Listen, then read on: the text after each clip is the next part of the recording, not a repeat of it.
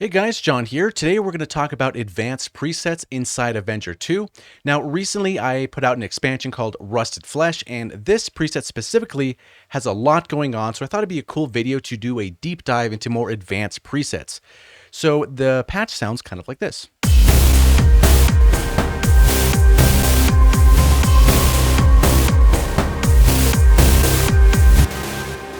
Now, that's with everything going on, but we have a lot of control here. So, for example, we can take off some of these macros, so this extra, the drums, and then bring down our bass and maybe play this filter a little bit and kind of build something up from this.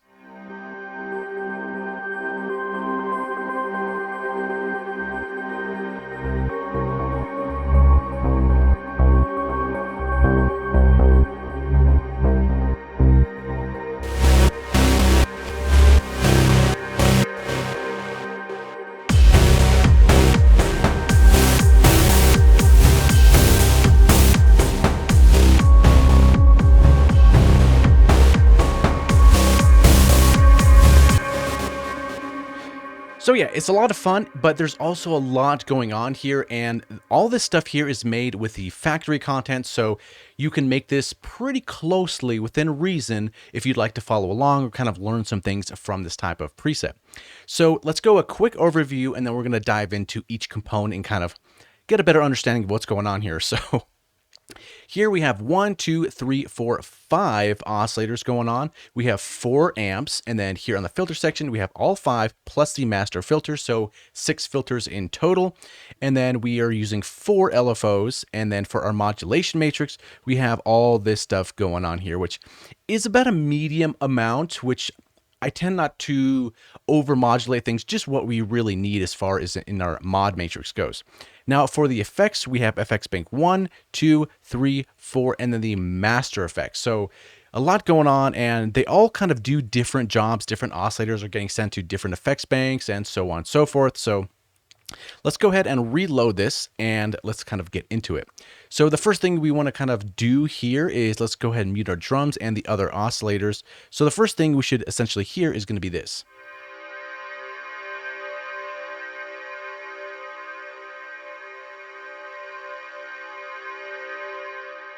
So the idea here was just to kind of create this, I suppose, this ambient kind of texture that kind of sets the mood of something kind of weird, maybe metallic-y, kind of creepy. And if you're kind of looking at this right here and you're kind of wondering what's going on here, so on this oscillator, we first start off with a default saw wave. As you can see up here, still says saw. And then down here in the editor, we click over here onto bin, and we have all these different bins, right? So these harmonics that we can play with. Now, a really cool feature inside Avenger is that we can hit this random button, and this will just generate random waveforms and random, I guess, in the sense that we can keep hitting this random, and it's going to move all of these harmonics till we get something that we kind of like. So I probably hit this a few times to kind of find a bass texture, and go ahead and try that if you haven't already. And once I like that, I'm like, this is a cool sound. How do we make this move a little bit? And that's to do down here with this V strength and V speed, which we've talked about before. So it kind of moves all these harmonics slowly or fast, depending on how much you want to and how strong, right? So how fast we want to move that. So these values specifically are going to be 25.5. And then we also have for the V speed is 34%. So you can see here on the waveform, it's just kind of slowly moving. It's kind of just breathing a little bit. And that's the kind of idea we want to go with here. So that's the initial way the waveform itself is created. So now let's follow the signal chain. So we're not using an ARP, so this is off. We're going to pitch 1, which in this patch, we're just using 1 pitch. So nothing's really changed here, so we can kind of leave that one alone. And then we're going to filter 1, so that's the first thing. So let's kind of take a look at filter 1. So this is going to be the Anna bandpass 24, which is kind of just cutting off lows and cutting off highs, and kind of finding this middle zone, this area that we want. That's why it sounds so thin. Because keep in mind, there's a lot going on in this patch. We have bass, we have the drums going. So for this specific sound or this oscillator, we don't need all that extra information. The other stuff is going to fill that in. So we have this Anna bandpass 24. Our resonance is 6%, so something small. Here we're not using any envelope modulation because we don't really need it. But if we look over here, we can kind of see something is moving this here. right? We have some modulation kind of moving on that. And we can kind of go through this modulation matrix here, and we can kind of look and see, and scroll and see what's happening. Where's filter 1 cutoff? What's changing it? And we can look here and say, okay, filter 1 cutoff, this is LFO 4. So let's take a look at that. So nothing crazy here. This is just a random LFO. So it's this guy, and we're bringing the offset all the way to the right. So essentially making this envelope or this LFO a unipolar signal, which is all above this line, because where this knob is here on the cutoff, we just want to open it and close it and open it and close it. This line is basically the starting area. And as we play this, we can see it's kind of just moving. So this LFO, the rate is 0.14 hertz, right? So we're taking off all the syncing here. And an important thing as well is this free right over here. So we're on free running. Default, it'll be like your first note, and that's going to restart your LFO at a certain spot. But I kind of like free, especially for these kind of pads, because the LFO is just kind of always moving. And once we play some notes, it just hops on to wherever that LFO is in its cycle. So it's super helpful to have free running LFOs in this type of patch. So that is the filter section in this case. We don't do any drive or anything like that. No key tracking. So next we scroll down here. We're not using a lot of this stuff. And then we go to this amp right after the first filter. So let's talk about the first amp. So here we have a pretty decent attack. And one thing I like to do, so if we look at this, we kind of see this curve here is kind of concaving or convexing, I think. So it sounds natural to my ears if we're doing kind of like slow increasing sounds or pads to have this kind of a bump like that there. So it's kind of slow, and the speed here is 2112.50 milliseconds. No hold. Decay is that you can look at that there. Sustained all the way to the top, and then the release is about 6.2 seconds or so, 6,241 milliseconds. And for this, I didn't do any curve. Linear is fine, I thought, for this. So that's what's going on here with this amp. And we can also see, if you look up here on the pan, something's modulating this pan.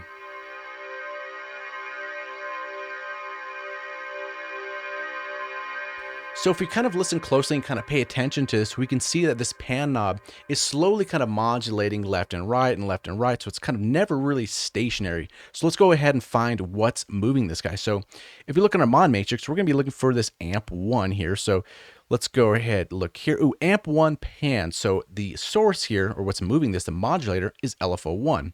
So let's take a look at this guy. Now, the difference here is that this is a bipolar signal. As you see, this line's right in the middle, offsets at noon, which is the default value. Now for this guy, it's the same shape, right? So right click this random smooth here. And then again, we're doing a free running LFO, so it's not going to restart every time. Off of sync, and our rate here is about 0.70.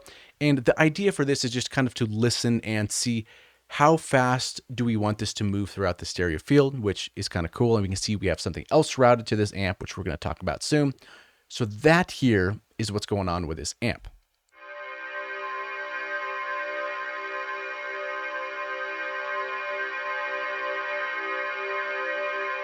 Now for this specific oscillator, the panning is somewhat subtle because, again, if we look at this waveform, we can see that we're using this mix here, our unison, all the way to the top, and our panning is all the way to the top. So we have additional voices, specifically 7 here, and they're panned throughout the stereo field, so it's not as apparent as if we had a straight mono signal and we're moving that back and forth. It just gives it a little bit of motion. It's not too jarring. So yeah. After the amp, we're not using step sequencer or any type of reverb or delay. And then we go out effects 1. So what's happening in the first effects bank? So if we kind of mute some of these here at first, we have a filter going on. So there are times where we want to add a filter after, or at least on the effect stack. Because let's say we're doing some crazy stuff with the oscillator and we want to have the filter happen afterwards. So for example, let's say there's a patch and you're using maybe the shaper or something like that. It might be kind of cool to have the filter on the bank as well. And what's cool about Avenger is inside here, we have all the filters that we have in our regular bank. So here we do have a max of 6 filters, but if you use it as an effect on the rack, then you can add up to as many as the racks will allow you to, which is a really cool thing. So in this case, we have this filter 1, and we're kind of just using the cutoff here at 41. The filter type, again, is and a bandpass 24. And let's turn some of these guys here on. And nothing too crazy. We have some resonance going on here as well for this first effects. And then we go into some distortion.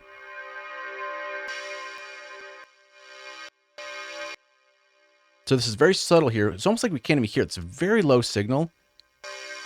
And we're using this distortion to really kind of just crunch up and dirty up this sound here. So for this distortion, the level's 81. We have the algorithm for digital gain about 2.1. And also, once we go through these racks, kind of also pay attention to these knobs here, which is going to be the output for that effect. And after we do this distortion, we're going through yet another filter. And this is going to be the end of low pass 12. So essentially, we're adding a lot of distortion, a lot of noise, and then we're adding another filter to kind of tame that a little bit more. So cutoff is 56 here, the low pass 12, no resonance, and you can take a look at the other settings here. And after this, we go into an equalizer. And let's open up this guy. So we're doing some high passing, and then here we're kind of just boosting this certain kind of almost nasally tone. And then after this, we go to a vintage chorus. And you can pause it here and kind of look at these settings if this is something that you like. And then finally, we hit it with a root-a-verb.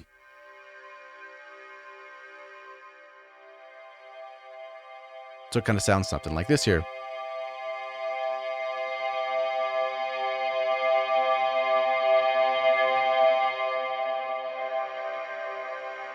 Okay, so that is the first oscillator here. This is this spectrum kind of thing, because we're kind of just moving the spectrum. I felt like that was kind of a cool thing here. So next up, we have this ah, which sounds like this.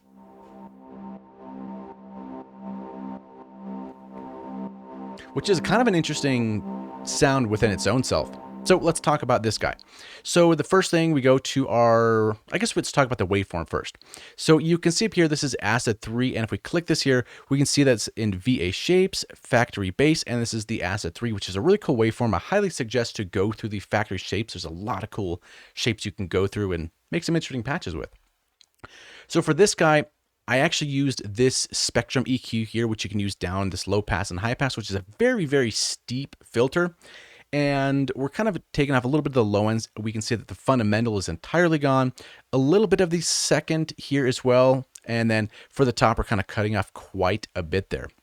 We're also adding 4 voices of unison, full mix, and then we're kind of detuning this just a little bit more than normal, because normal is about default at noon. So we have this here, and then we go through our stack. So we're not using an ARP for this. We're going to the pitch 1, which again, all of them go to pitch 1. Nothing is, it's all default in that sense. And then we're going to filter 2. So what is this filter 2? So we have this Anna low pass 12. We have about 4.5% of resonance, and again, no envelope modulation here and no key tracking. So it kind of just sounds like this. And we see, is this moving? So let's go ahead and take a look at our mod matrix. So we have filter 2 cut off. Let's see if anything is affecting filter 2. Ah, it is. Okay, so this is the same LFO. So LFO 4, remember we talked about this one here for the first oscillator. This same LFO is also moving the cutoff for this next oscillator. So they're kind of in sync with each other. Kind of cool. And it's just small values, 10.07% for that. Because we still want some change over time, right? So after filter 2, we're going to amp 1 on this one. So we already covered the same amp, so those two are both going to the same amp. And after this, no step sequencer, but we are doing a different effects bank, and this is out effects 2. So what is happening here? So the first thing that it gets hit with, let's kind of unmute some of or mute these guys. We go to an EQ. And here we're doing some high passing. Again, we're cutting out some additional lows just in case something else passes through. It's kind of almost a safety guard, I feel, because we are cutting a lot steeply here. Now we're taking out some of this low end, this muddy kind of gross stuff at 132, and that's about negative 3.8. So about 4 dBs we're kind of cutting out there. And then here for the high shelf, we're kind of just taking out 1.2. So just a subtle kind of just removing a little bit of those highs that we don't really want. And then after this, we hit it with a compressor. Pretty high ratio. And then output gain is about 3.86. And then for rooted distortion, this one is kind of cool because This module, especially on the presets, the gentle colors, it kind of just gives it a nice warm saturation. So if you have a patch or something that you're working on and you kind of want just a little bit of warm saturation, right? This effect here, this rooted distortion, is really nice to put on there. So highly recommend to use that in this mode's warm tube. It's a really cool one. So you can pause it here or use this preset if you'd like to, either or. And then we hit it with a delay. And this is 1/4. Pretty subtle, mixes about 30%. We're kind of cutting off a lot of the EQ, which again, we're cutting it off here and then the EQ, and we're doing it again here. So it's kind of just as a safety guard for everything, just to make sure our sound is clean. And we're going on ping pong, and what you probably heard before, that kind of pumping stuff, has to do with this MIDI chain, which I like to generally put at the very bottom. I'll skip a few racks to just put at the very end, just to be safe, and in case if I want to put anything in here later. And we'll kind of hear that pumping, right? So what's happening here is that the sound, the volume here is kind of getting ducked every time this bass drum hits in our drum sequencer, which we're going to talk about in a little bit later. But essentially, we have the mix at 66.5, and it's kind of doing this curve here. It's kind of ducking. Every time the kick hits, it's going to kind of bring this down a little bit, which is really cool for these types of sounds, right? So when the kick does hit, the kick is pretty impactful and everything kind of just steps out of the way a little bit and lets the kick kind of take the center stage, and then everything else kind of just breathes a little bit more. So that is this guy. Nothing too crazy about that. So with these two oscillators that we talked about together,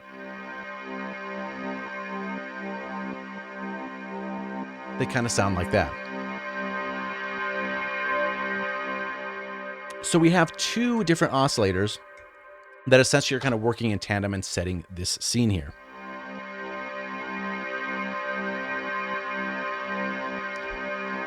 Okay, definitely pretty cool. Let's mute these guys again and let's talk about this notes here.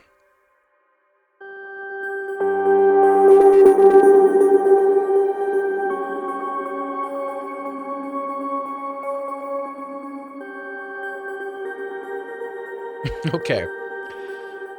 So this one, the idea here is that we first have this kind of, this texture, this ambience kind of going on, but then this oscillator comes in and kind of just sprinkles some notes around here, kind of just whenever it wants to do things. And that's kind of the cool part, is that it's almost unpredictable in a certain way.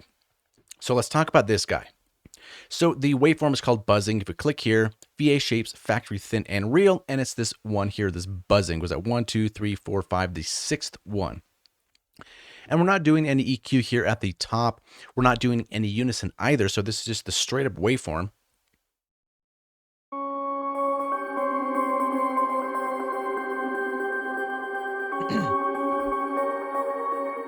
So let's kind of talk about what's happening with this guy. So let's go down the signal chain. So ARP1, that's the first thing that's happening here. So let's go here, ARP1. What is going on here, right?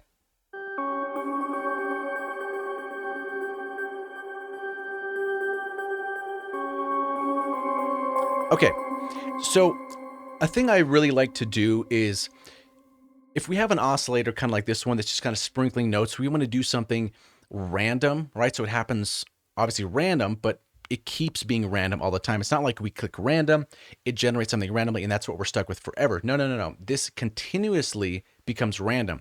So the cool part about this is that you can play this patch 100 times, and every single time you play that, it's going to be different, which is kind of the cool organic vibe of this. So how do we go about creating something like this? So again, we're sending this to ARP1, which is this guy, and we're using some randomization here. So let's kind of follow this along a little bit.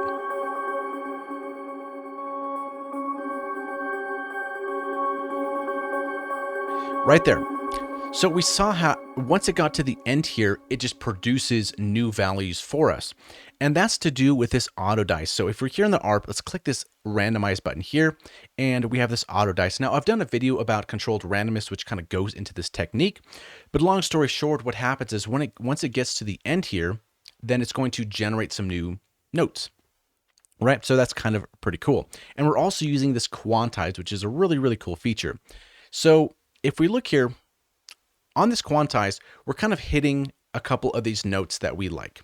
And I felt like these were kind of cool to use in that sense.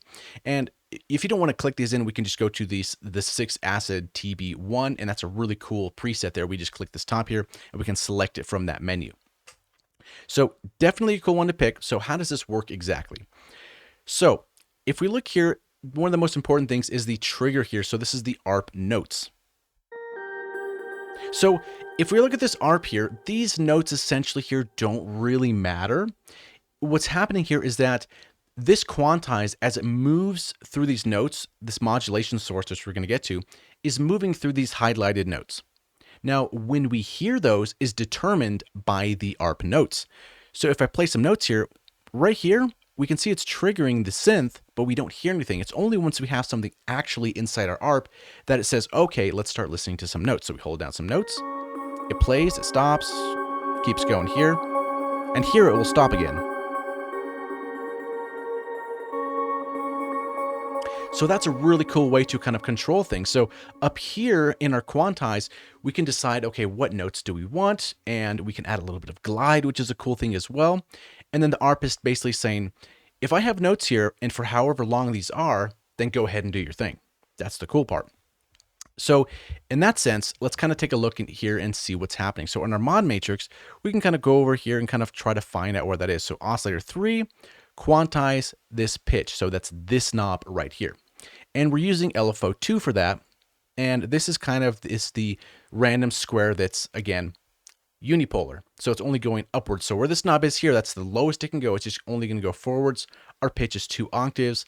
Now, the reason this is a square wave and not like the smooth randoms was because I wanted this quick jump and I wanted to add the glide here on this knob so I can kind of really fine tune that glide, which is a really cool thing to do. So this glide here, glide smooth, and that's kind of just how much glide we want. So that's kind of the idea for that. Now the ARP itself, these kind of both work in tandem, and it's kind of complex, but stick with me here. So we go into a randomize tab here for this ARP, and then we see all this different stuff. So we say, okay, silence, right? How much of this silence do we want? So here, 9% is no silence, 36% is 1 block of silence, and then most of it, 45% here, is going to be this 2 blocks. So these 2 spaces here is going to be for the most part. And then we think, okay, what else do we want to randomize? Maybe the length here. So these 0.25s, 0.5, 0.75 are all 0. I don't want these lengths to be that short because it's kind of a longer thing. I only want the size of these here to be at least 1, which is 24% chance of happening. And then 2, these longer ones are going to be 73% chance of happening. So overall for the length, we're going to have 73% more of these longer length notes, which if they're longer, that means this quantize has more time to kind of move things. And then for our octaves here, we have basically -2, -1, 0, +1, and +2, which again, this isn't really that important because our ARP isn't changing the notes, the quantize is. So as far as the octaves, it's kind of like it doesn't really matter too much. And then for velocity and the ratchet stuff, again, we don't really care too much. Also for the connect, really what this ARP is doing is kind of just telling the quantize when to play, when not to play, and for how long to play. That's kind of the idea what this ARP is telling the quantize to do. And all our pitching and gliding happens here. So hopefully that kind of makes sense. I know it's a lot, but it's kind of a cool method to make some kind of randomness like that. Okay, so moving on from here, let's talk about, we did the ARP, the pitch is the same, filter 3, let's take a look at this guy. So, and a low pass 24, which is one of my favorite filters here. We're at about 786 Hertz. The resonance is 0, no drive, no envelope modulation. So let's take a listen to it again.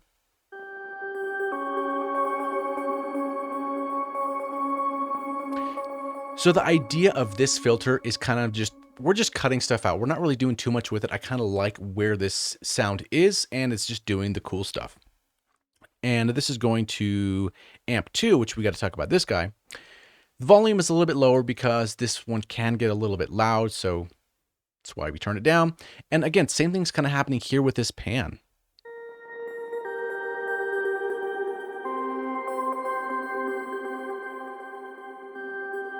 So again, the panning of this amp is kind of just moving around, and we can find it here and kind of say, okay, we have amp 2.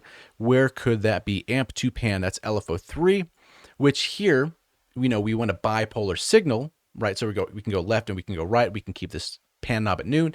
And then this LFO is just going to be kind of just like the random square, just kind of moving the values wherever we want to. And this one is actually synced right here. So 1/4. So this is cool if we have some type of track and we want something kind of tempo, it's going to move with the tempo to kind of fit it more into the track or whatever you're creating. It's kind of the idea behind that process. And this is going to be the first MIDI note as far as the LFO restart, the retrigger function there. Not too much crazy here. The attack is kind of slow. It's not super fast. It comes in a little bit. It's not so abrupt there. And then release is somewhat normal here at about 306.25 milliseconds. Full sustain, decay 3241, and a little bit of curve, but it doesn't really matter because our sustain is all the way at the top. If you want to change that, you can. So filter 3, then we go to amp 2, which we talked about, no step signature. Now we go to effects 3. So let's kind of track down this one. So first thing, we hit this with an EQ, and we're essentially here just cutting out a lot of the lows. We're high passing at 284, and that's really all we're doing. So we're just kind of using this EQ as a high pass. Then we hit it with a compressor. Let's kind of turn some of these off here. So that's kind of what it sounds like with just EQ and compressor. Right, nothing too crazy. Now we might, if we're listening, we kind of might hear some crackles here. What could that be? That's right here in our noise. So we click this here and we can go to the organic noises, and that's noise, CN Crackle 2 stereo. Kind of gives it a little bit of dirt, a little crust into it, which is kind of perfect for this type of patch. It's called Flash Pound. So there you go. And we have the volume about 73%, and we're kind of just, the noise color is 41%. And we change that again via right click.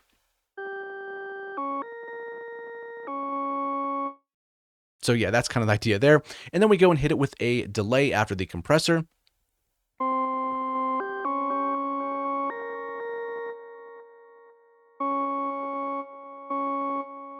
So delay is quarter note, ping pong, and we're doing some filtering and 30% in the mix. But the real fun, the real cool spot is here in the quantum effects. So I swear this effect is just insane. You can make so much cool stuff with this. And really, you can come up with a lot of presets here. So please feel free to go through these because there's a lot of cool ones. The one specifically here is called Filter Mangler. And holy crap, this is what it does to this sound.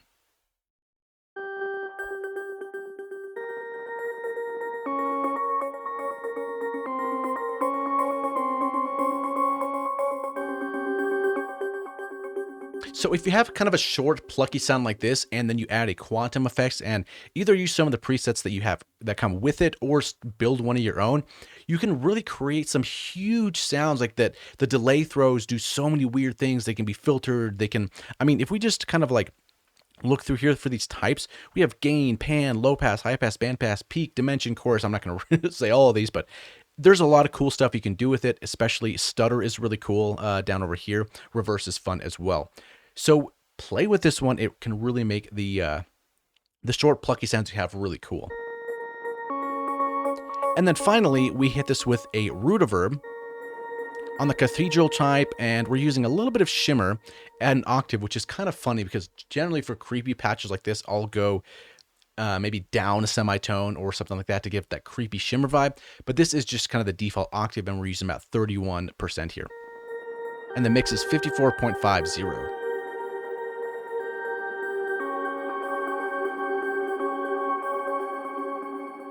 And that's kind of what this one does. So the first three oscillators that we covered, so the spectrum, the and now the notes.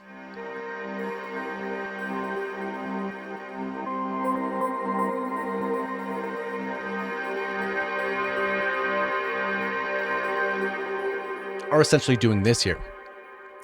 So now we need to get into the bass. So let's mute some of these and let's unmute this guy. And let me just double check. Okay, we're not using voices on that one. Okay, so on our bass, what do we got going on here? So this is kind of the typical bass I generally make here. We have a saw wave, we have a full mix of 4 voices of unison, and we're bringing down the stereo field pretty substantially.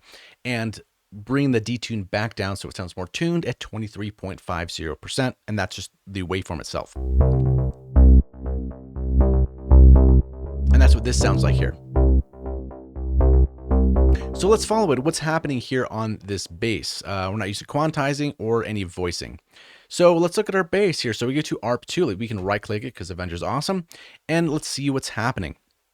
So here's this main pattern. It's really not complex at all. So we're staying here, and at the end here, we're just bringing this up one semitone to kind of channel our inner Phrygian here, and it sounds like this.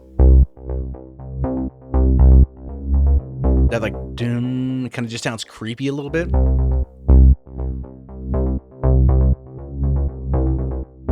And that's the kind of idea. Our speed here for our ARP is 1/8. So yeah, this one is a pretty basic ARP. We're kind of just keeping some simplistic rhythm going on and let everything else do the crazy stuff. Again, pitch 1, same thing for everyone, or every oscillator, nothing crazy. Then we're going to filter 4. So let's right click this guy, filter 4. So, and a low pass 24, which is, like I said, my typical bass filter I use. The cutoff is pretty low at 42.59, resonance 10.5, which is generally higher than what I usually go with. I'll probably hit it with like anywhere between 4 and 6%, but for this patch, I think 10.5 kind of made it a little bit better. And then drive 12%. Don't overlook filter drive. It can be really nice. And then our envelope here, we're modulating. The first time actually that we're modulating our filter with this envelope is 45%. And yeah, really here, if you have the default patch, a lot of times for bass, I like to increase the decay a little bit on the filter envelope specifically, and kind of change up the curve a little bit to kind of let the bass hang out a little bit more. No sustain and release is about almost 2 seconds, but that doesn't really matter because we're going to a different amp. So yeah, that's what's happening here. The only modulation for this guy is going to be that envelope.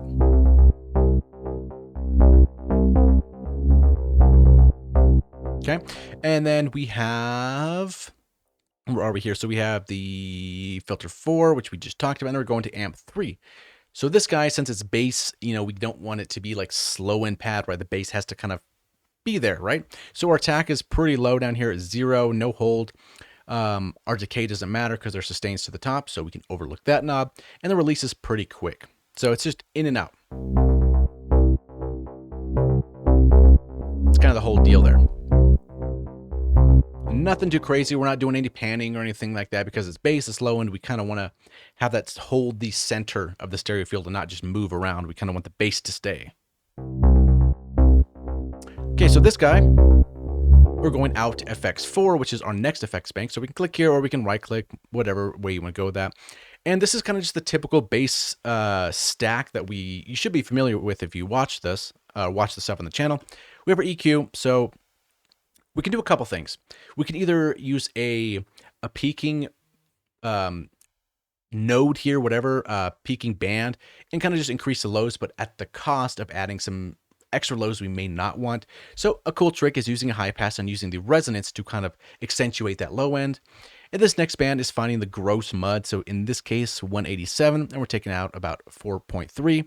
But keep in mind, once we take out that muddy stuff, you cannot go too much or the whole bass falls apart. When you're taking out that mud, it's just a little bit reduction. It's not too crazy.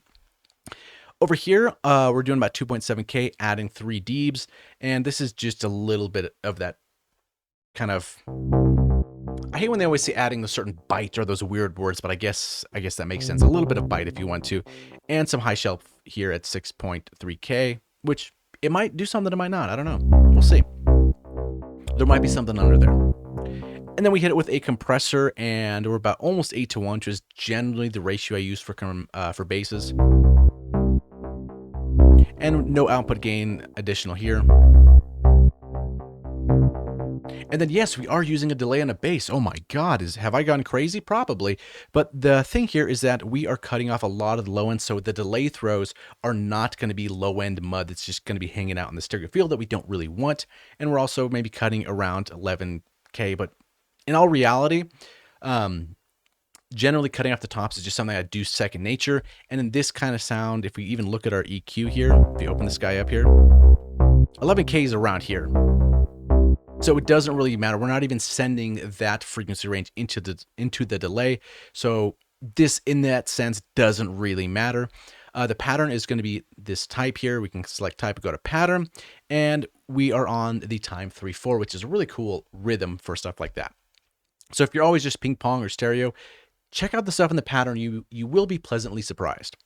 And then our mix is going to be 36.50. Right, that's the kind of delay sound here.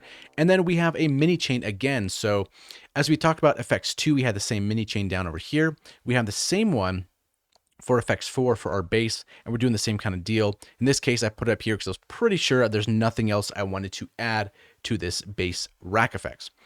So mini chain here, we're going a little bit higher at 85, and again, we're also singing this with a kick drum. So once the kick hits, the bass is going to duck, and this whatever's going down effects 2 here is also going to duck as well, leaving room for the kick to shine, just like you.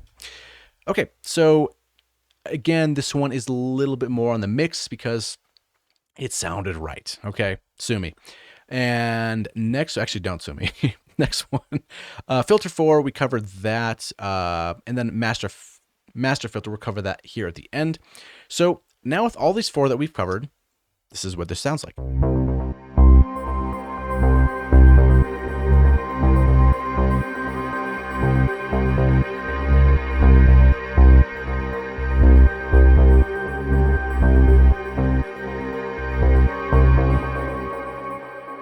Pretty cool. Okay, so now we have this extra, and this was kind of the icing on the cake, I think, for this patch, which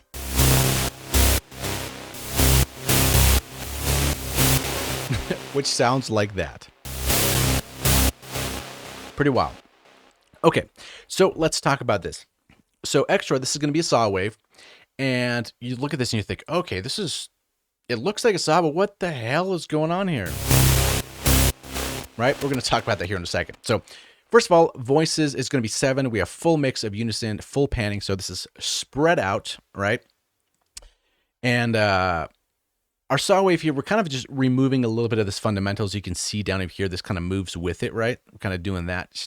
We don't want that much low end in this. This is going to be like a noisy, kind of gross sound, I suppose.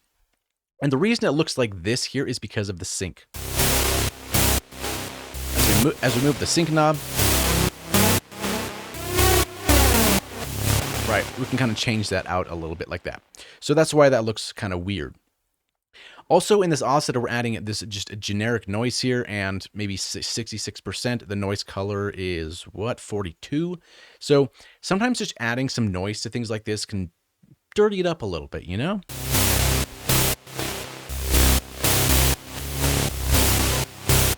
Okay, so what's happening with this guy? So this is going to ARP2, which is cool. If you remember, this is also where the bass is going.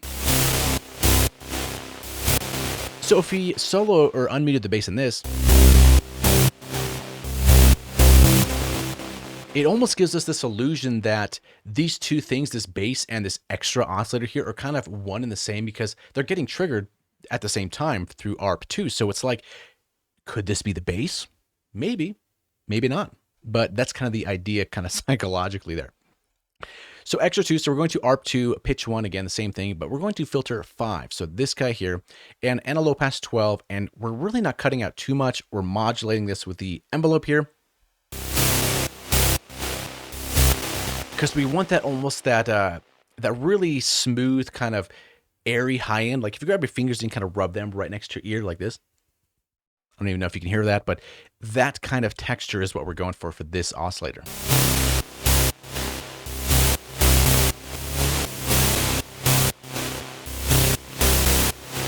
Okay, so nothing insane here. Really, this is kind of like the default way the filter envelope comes, so nothing in that sense too crazy. For here, we're going then to amp 4. And again, here, there's nothing else modulating this except the envelope. So amp 4, let's go to our next one. So this is kind of similar to the bass or amp 3, but the difference here is that we have our sustain down. So amp 3, where our bass was going right here, sustains all the way up.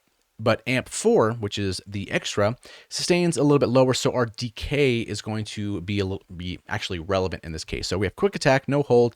Decay is actually pretty fast. What is that, like 70? Or was it?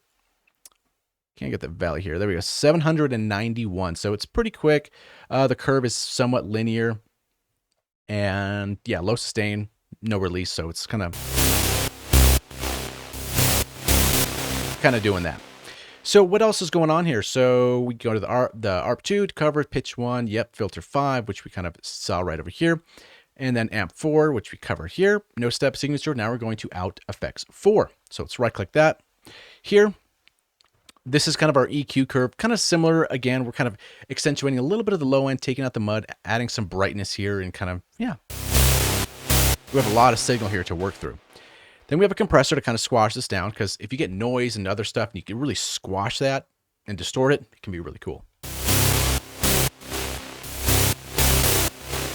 And then we have our delay here, which is a pattern, again, 3/4, which is kind of interesting because our bass is going down, what is it here, effects 4.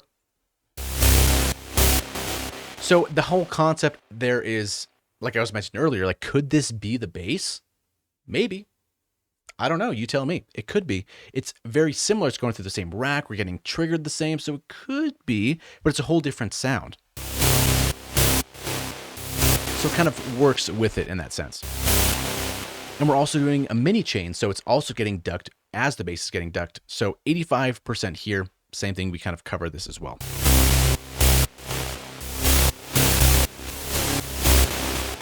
Okay, so that's kind of the extra, and again, let's take off these other ones and kind of see how that sounds together.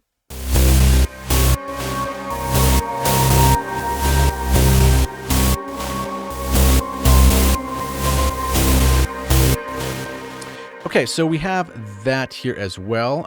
Let's kind of start talking a little bit, let's do our drums, and then we're going to go through the modulation matrix. That probably makes most sense. So we have this groove, or this patch. Now we need something kind of just to drive this, but in a slow kind of interesting way. So our drums here.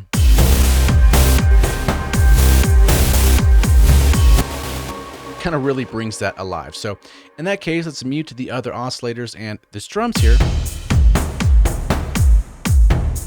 It's kind of an interesting one. So this guy is going to be in the cinematic world, which comes with the factory drums.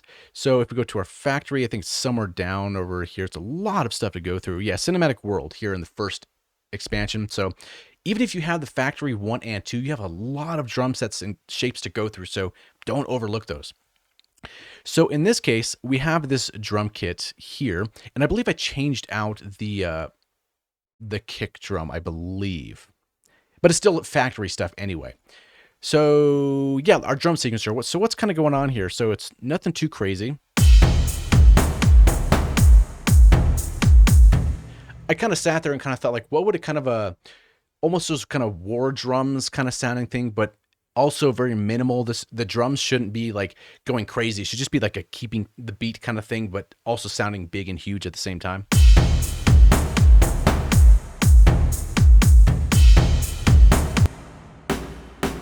So stuff like this here, like the snare or whatever is on the snare, we're sending this to a lot of reverb, right? So if we right click here for our send on our reverbs, we have quite, 50 second or 50 time, 50 pre-delay. We're doing the hall, and it's a pretty basic reverb, but it sounded right. And I just cranked a lot of that to that, because this type of sound, you want a lot of reverb to these drums to kind of increase their size.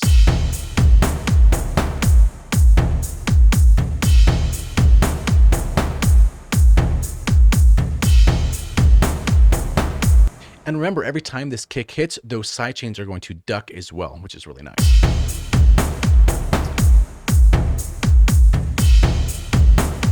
Yeah, so this kick drum here, I wonder, yes, kick drum slot here. I don't think did I do anything extra? Yeah, okay, so I remembered when I was doing this kick drum, I needed some extra low end, and I feel like what's a really cool thing in Avenger is that we have these drum kits and we have these samples here, but we can also edit them further, right? So if we go into our edit category like we did, we can look at the sample right here, obviously. We can do the amp specifically for this one, change the pitch if we'd like to, or here on the right, we have the EQ. So we have like this 2-band EQ that we can just accentuate some certain things if we need to. And here I kind of boosted 3 dBs at 50 and then kind of cut down over here because it was a little bit too much on the top end. And And then also mix the volumes here as well. So that's kind of that concept. But yeah, the drums aren't too crazy. Our drum sequencers on. These are going out to the master effects and the master filter as well. So at this point, we have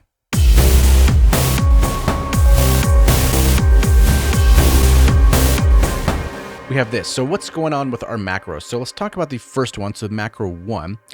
Right here. So the filter. So this is going to be the master filter cutoff, which is the master filter, which is enabled. And if you ever use the master filter and you have a lot of stuff going on, this one pole low pass 6 is super nice because it's really smooth. And that's the only thing cutting or controlling this right here.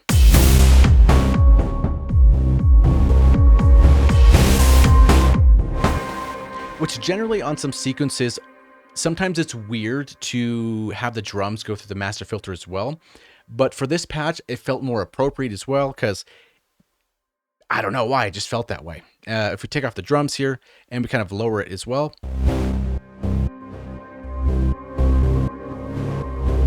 it can kind of build tension. And then we have everything open. And we have that. So the next macro 2, bass. So this is also a very nice thing to have. Or are we macro 2 bass? So this is going to the oscillator 4 volume. So in our mixer, this is going to be the fourth one here. So this is controlling that bass.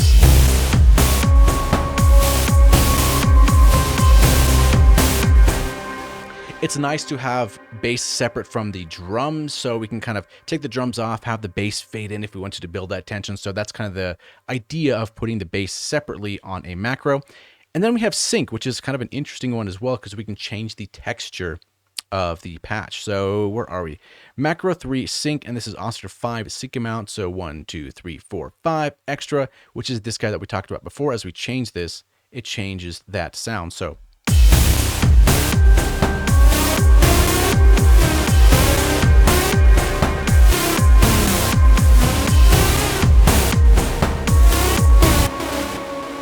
you could modulate this. You could even just like kind of set it somewhere else that has a cooler sound to it.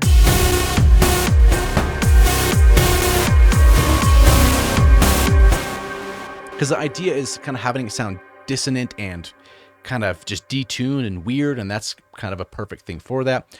Our drums here, so if we go to our mixer, our drums here are on this macro as well, so we kind of see that ghost fader move as we turn this on. And that is macro button 1, so scroll up here. Macro button 1, drums here, you can see that entry there. And then the last one is going to be this extra, which is this oscillator 5 volume, which is the extra, which you talked about, which just toggles that one on and off, because it's a cool little feature to add to that.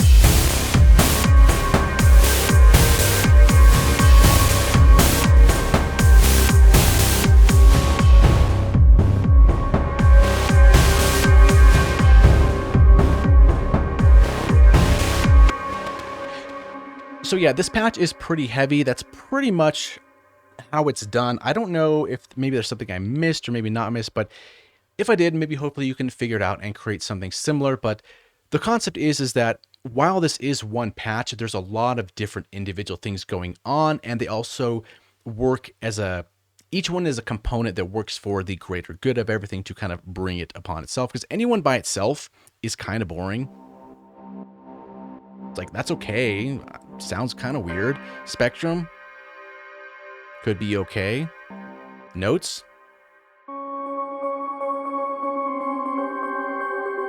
Maybe a cooler version of something, the bass.